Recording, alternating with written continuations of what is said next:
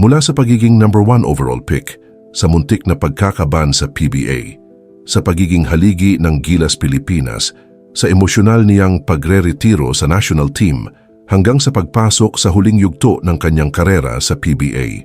Ito ang kwento ng buhay, mga tagumpay, at mga pagsubok na humubog kay Japeth Aguilar. Si Japeth Paul Cabrera Aguilar ay ipinanganak noong January 25, 1987 sa Sasmuan, Pampanga.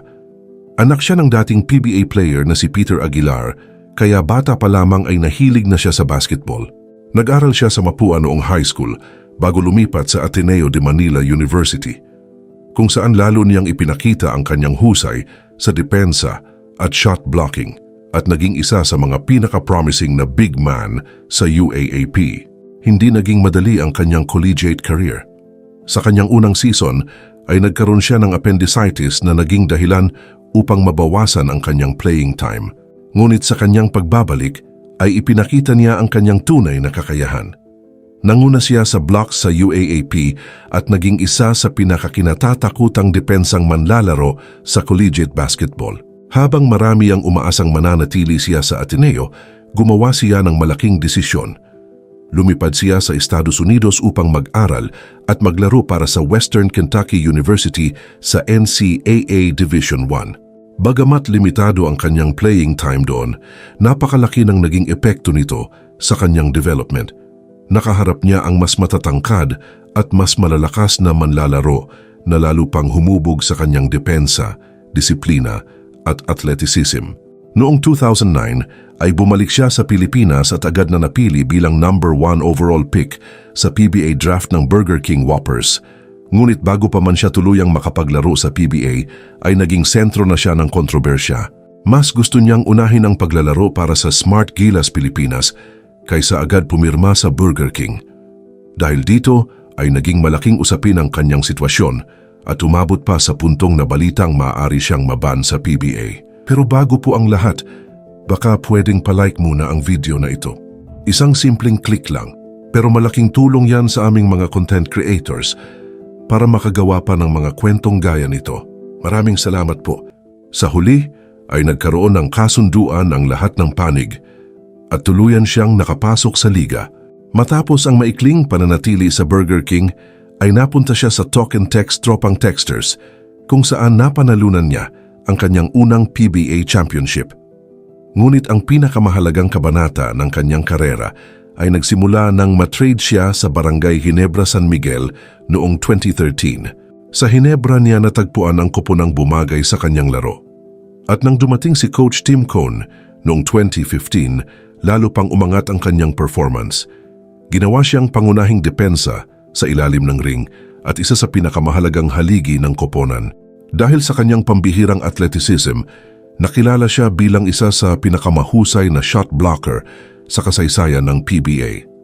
Hindi man siya palaging nangunguna sa scoring, napakalaki naman ng kanyang kontribusyon sa rebounds, depensa, alley-oop dunks at energy na ibinibigay sa koponan. Sa paglipas ng mga taon ay naging mahalagang bahagi siya ng maraming kampyonato ng Barangay Ginebra at kinilala pa bilang Finals MVP.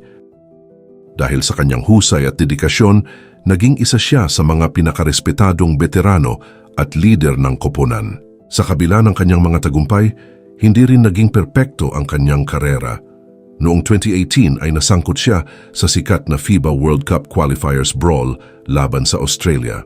Bagamat hindi siya ang nagsimula ng gulo, kabilang siya sa mga nasuspinde matapos ipagtanggol ang kanyang mga kakampi.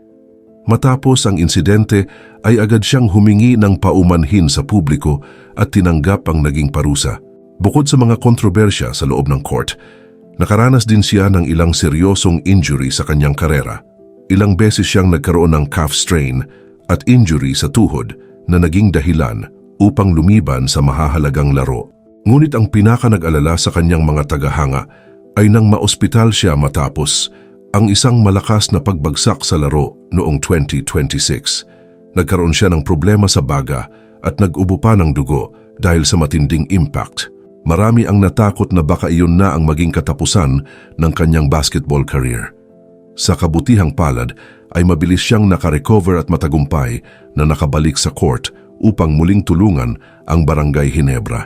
Habang matagumpay ang kanyang karera sa PBA, hindi rin matatawaran ang kanyang naging ambag sa Gilas Pilipinas. Mahigit 16 na taon siyang nagsuot ng jersey ng Pilipinas at naging bahagi ng makasaysayang Gilas team na nagwagi ng silver medal sa 2013 FIBA Asia Championship. Ang tagumpay na iyon ang nagdala muli sa Pilipinas sa FIBA World Cup. Matapos ang 36 na taong paghihintay, naglaro rin siya sa iba't ibang FIBA World Cup at international tournaments. Hindi man siya palaging nangunguna sa puntos, naging napakahalaga ng kanyang depensa, rebounding at shot blocking laban sa ilan sa pinakamahuhusay na manlalaro sa buong mundo. Dahil sa kanyang dedikasyon ay naging isa siya sa pinakarespetadong veterano ng Gilas Pilipinas. Noong 2025 ay gumawa siya ng isang emosyonal na desisyon. Opisyal siyang nagretiro sa Gilas Pilipinas matapos ang halos 16 na taong paglilingkod sa bansa. Ayon sa kanya, panahon na upang bigyang daan ang mas batang henerasyon at mas mabigyan ng oras ang kanyang asawa at 3 anak. Maraming fans ang nalungkot, ngunit mas marami ang nagpahayag ng pasasalamat sa lahat ng kanyang isinakripisyo para sa Pilipinas. Sa personal na buhay ay ikinasal siya kay Cassandra o Cassie Naidas noong 2019. Isa siyang mapagmahal na asawa at hands-on father sa kanilang 3 anak. Bukod sa basketball, ay mayroon din siyang negosyo sa health and wellness industry at aktibo rin sa iba't ibang endorsements at charity activities. Ngayon sa edad na 39, alam ni Japeth Aguilar na hindi na magtatagal ang kanyang paglalaro sa PBA. Bagamat kaya pa rin niyang makipagsabayan sa mas batang manlalaro, aminado siyang nasa huling yugto na siya ng kanyang karera. Kaya bawat season at bawat laro ay mas mahalaga na para sa kanya. Naging usap-usapan din ang tinawag nilang last dance nina Justin Brownlee.